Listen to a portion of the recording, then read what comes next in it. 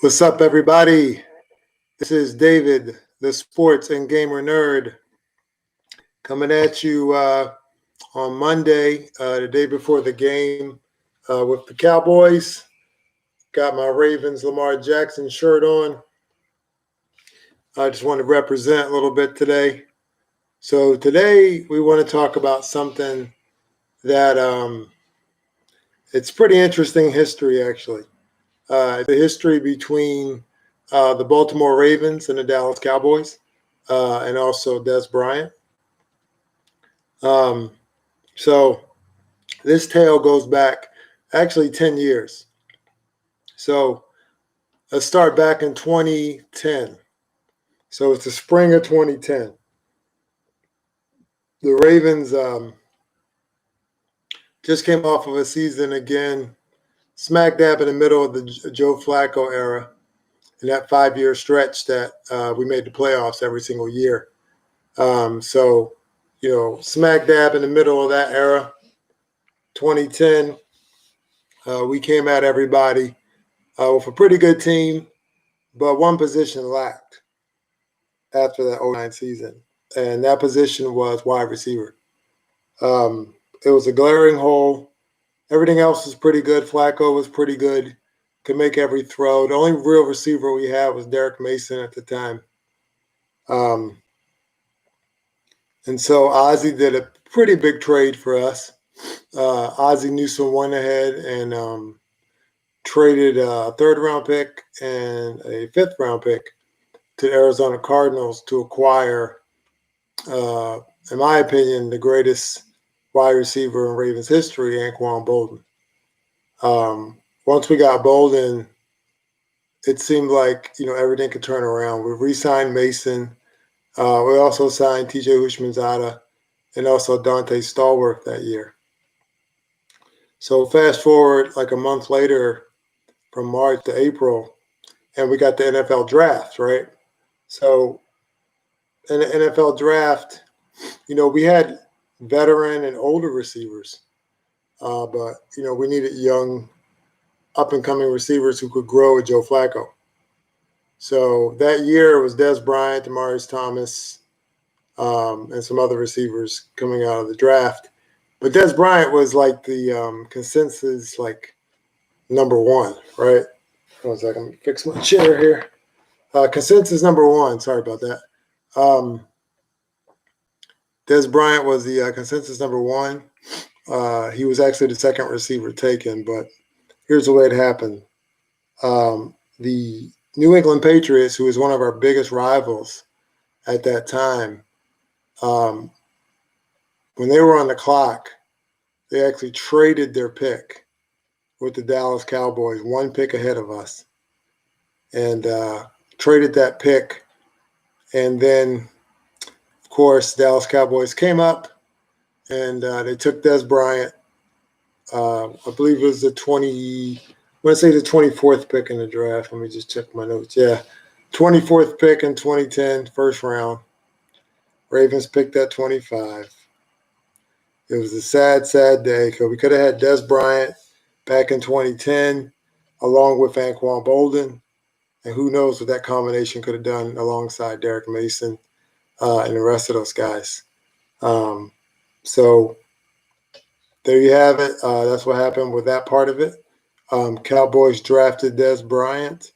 Dez went on to have a great 8-year career with the Dallas Cowboys, becoming basically the greatest receiver in Cowboys history, pound for pound, and representing with that legendary number 88. Following the 2017 season, and he had a really good year that year, all things considered, the 2017. But there were some problems over the years. The Cowboys had to assign handlers for Dez because Dez was a little immature at that time in his life. And so I don't know if the Cowboys just got enough or what happened, but they released him after the 2017 season. Basically, Dez didn't take it too well. emotionally, he was, pretty upset about it. And then he kind of worked his way back, and he went to the New Orleans Saints, signed with those guys. And then in the first practice with New Orleans, he tore his Achilles. He tore his Achilles, um, you know, in the first practice. And so that was it for a while. And I've been documenting, I've been like watching his comeback at afar, obviously. Videos posted to YouTube, him writing on Twitter of him working out and basically like doing self rehab to get back to the league. So fast forward, like 2 years later, and he had a workout with the Ravens 2020 in August. And I got really excited about this. But at the time, nothing happened. He wasn't signed. So, the Ravens told him, stay in shape. Let's stay in touch. Because the Ravens know what Dez can do, at full health. At full health, he's basically a younger Anquan Bolden, where even when he's not open, he's open. He can do a lot of red zone stuff for you. He can do all kinds of stuff. You know, he can run good routes, and I think he's an underrated route runner, actually. But he's definitely strong at the point of attack, strong at the football, and can catch touchdown passes. But he can also teach. He can teach the, he can teach the younger guys. Hey, Engraven, what's going on, bro? Good to see you, man. Always appreciate you. You're inspiration to a lot of folks, man.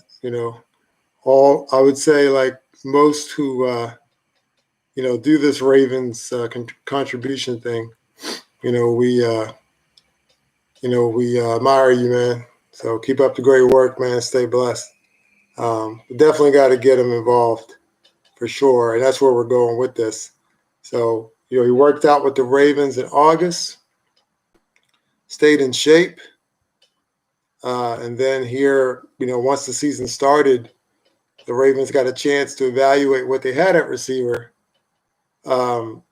Realized that our big, strong receiver, Miles Boykin, was pretty much not really good. Let's just say he wasn't working out the way that the coaching staff and the fan base wanted him to. Let's just be nice about it and say that. And I'll leave that part at that. And that kind of inspired us to sign Dez Bryant. And now, we're at a place now where we're a couple games in. He has now had the chance to play with basically all three quarterbacks, between Lamar getting sick, RG3 playing most of the Steelers game, and then Trace McSorley both in practice, and in the game. Dez pretty much has played with all the quarterbacks on the Ravens. So now the challenge goes to Greg Roman. Greg Roman, tomorrow night, Tuesday Night Football. It is going to be the Cowboys and the Ravens. The Dez Bryant saga comes full circle. You got to use him. He has to score a touchdown tomorrow night. Ravens Nation would lose their minds, would come unglued if he scores a touchdown. You got to get Dez Bryant involved. Get the man the ball. I can't say it enough. Get Dez Bryant the ball. Dez Bryant has finally made it full circle to the team he was always supposed to be on, which is the Baltimore Ravens. He plays like a Raven. He is the last of the dogs. And if you follow my Instagram, you'll see that I put up a little photo of that a couple of days back. He's the last of the dogs. I'm talking Mike Wallace, Anquan Bolden, Derek Mason, Steve Smith, Dez Bryant. The dogs. Not the nice guys, not the choir boys. The dogs. Dez is the last of the dogs. And we got to get on the ball. He'll show our young guys how to box out the corners, how to score touchdowns in the red zone, how to beat press coverage, how to be overall strong to the ball, catching the ball at the high point, and how to play like a man. And show Miles Boykin how to use that big old body. What's the point of having it if you can't use it? Anyway, getting myself upset a little bit here as a Ravens fan. I'm tired of seeing Dez Bryant not used. Get this guy the ball. He's the best receiver on the team. I noticed on the depth chart, you got him at number 3 or whatever in the wide receiver 1 spot. Everybody knows that's crap. Everybody knows Dez is number 1. Hollywood's number 2 on the depth chart. But that's really the end of the saga, really. Going back to the 2010 draft, Dez Bryant should have always been a Raven. Cowboys are too soft of a team for a receiver that talented. It should have been Dez Bryant in 2010 lined up next to Anquan Boldin. Dez Bryant, Anquan Boldin. And we would have literally had the toughest wide receiving core in the league at that time. Hey, Big Willie, what's going on? Thanks for checking in.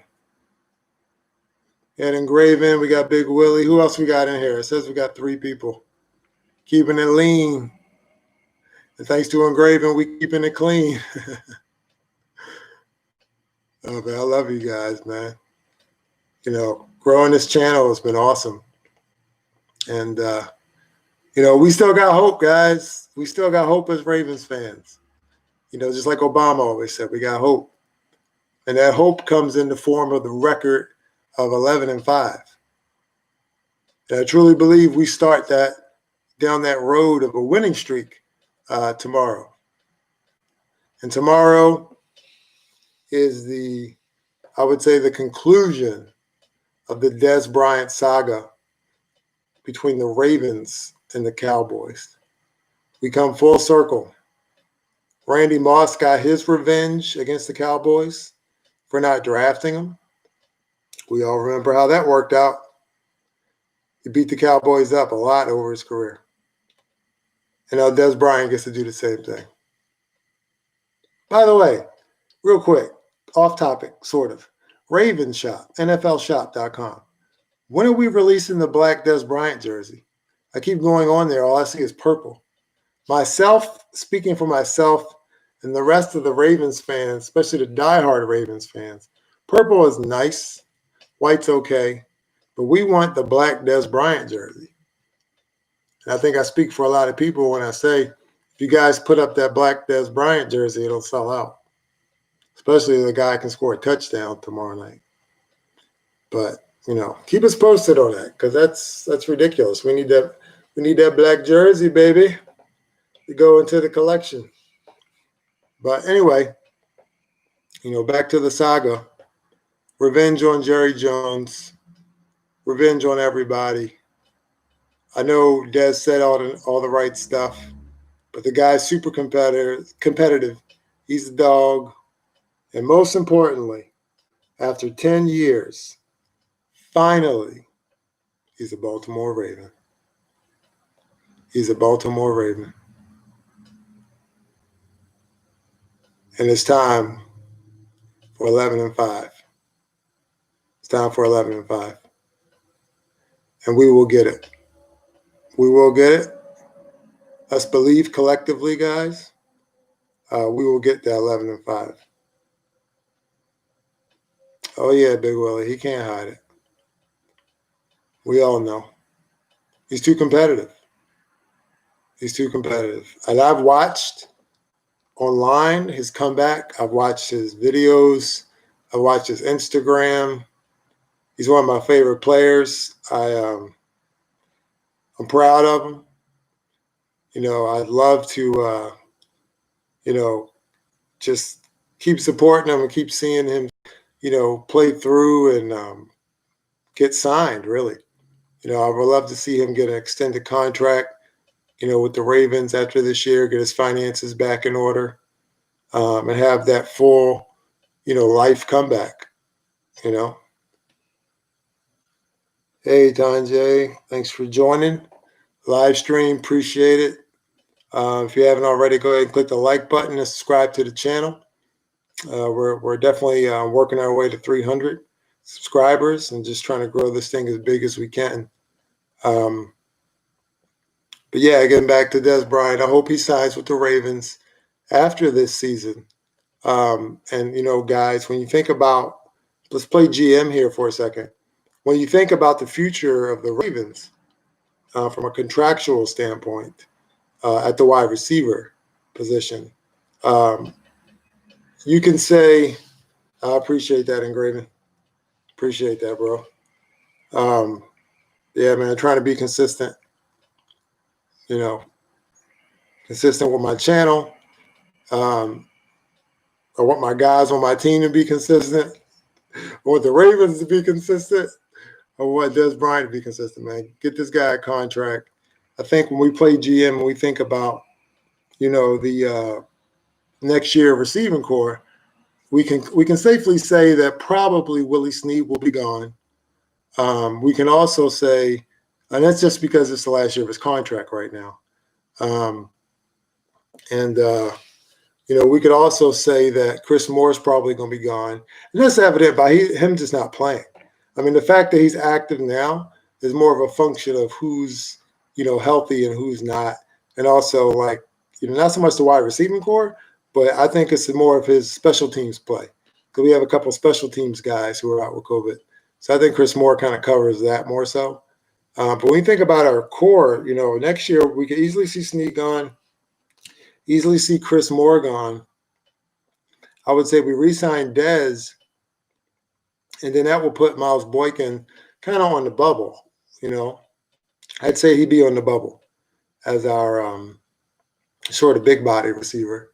I think that will leave a pretty decent, talented core of like Dez, Hollywood, Devin Duvernay, James Prochet. I'm sure there'll be some more draft picks. As well as some free agents and so forth. There's actually quite a few free agents at wide receiver next year. It's going to be really interesting because some of them don't fit what we're looking for, but it'd still be a really good sign. Someone we could sign like AJ Green, right? He's not young and fast anymore, and he would kind of cannibalize what Dez Bryant can offer to the team as far as possession guy and a good mentor. But if we could get him, I wouldn't turn it down. We can prove his health, but it's definitely going to look different next year. I would definitely go into the draft again. I think consistency at drafting at the wide receiver position in the top 3 rounds is really how we're going to get, players who can actually play. And I do think Hollywood can play. I don't think I know he's small. I don't think he's weak or a punk or anything. I just think that we got to play him in a slot where he can go against other 5'9" players, 5'9" corners, nickel corners and so forth. Instead of putting him on outside with guys who are like 6'1", 210 pounds, and they're pushing him around out there. He can't get off press coverage. He's not that strong. So it's just about using people correctly. You can't put Peyton Manning at wide receiver and put Randy Moss at quarterback. It's not going to work out so well. You got to put people where they fit. Yeah, Willie, I'm happy about Calais too. I think that's going to be a big deal. Unique Ngakwe, I haven't seen his name called. I know he's more of right now he's like a decoy. He takes a lot of attention away from guys. But sorry, I don't want to get off topic. Let me stay on Dez. But yeah, I think getting back to Dez real quick, because I don't want to, I can talk about the Ravens all day. But, just staying on Dez, yeah, he has been getting pressure on Graven for sure. And I know that's, helped out a lot. It's just not, sometimes it doesn't show up on the stat sheet if you don't get the actual sack, but his presence is definitely felt. Definitely helps the defense a ton. He's another guy who's going to have to get a big contract. And Eric better do it because we need that guy. We're not picking in the top 5 of the draft where we can get elite pass rushers. So we got to keep, we got to sign guys who are veterans. And Unique Ngakwe, man, you got to keep that guy. I think you can get Dez pretty cheap too. I think like Dez will only cost like probably like $3 million a year, maybe 4. On the upper end, maybe 5 or 6. But I don't think yearly he would cost more than that. I think he would gladly accept like a 3-year $9 million, 2-year $6 million type deal, kind of like the Willie Snead deal, because he's still on like a prove it situation. But that would drastically help the team and also help him improve his finances and so forth. But yeah, guys, tomorrow's crucial. The playoffs started today. We will be out of the playoffs. So we got to win. 11-5 is what I think will get us in. I know a lot of people are, but I'm not worried about the Browns. The second game against the Browns. I mean, to me, they're the Browns, and it's a division game, and anything can happen in a division game, regardless of records, and we know them pretty well. So, yeah, that is the saga of Dez Bryant. Should have been a Raven from day one. He's finally a Raven now. He's the second coming of Anquan Bolden. And here's something cool, and I said this in one of my other videos. Dez Bryant is the new Anquan Bolden. Devin Duvernay, bear with me.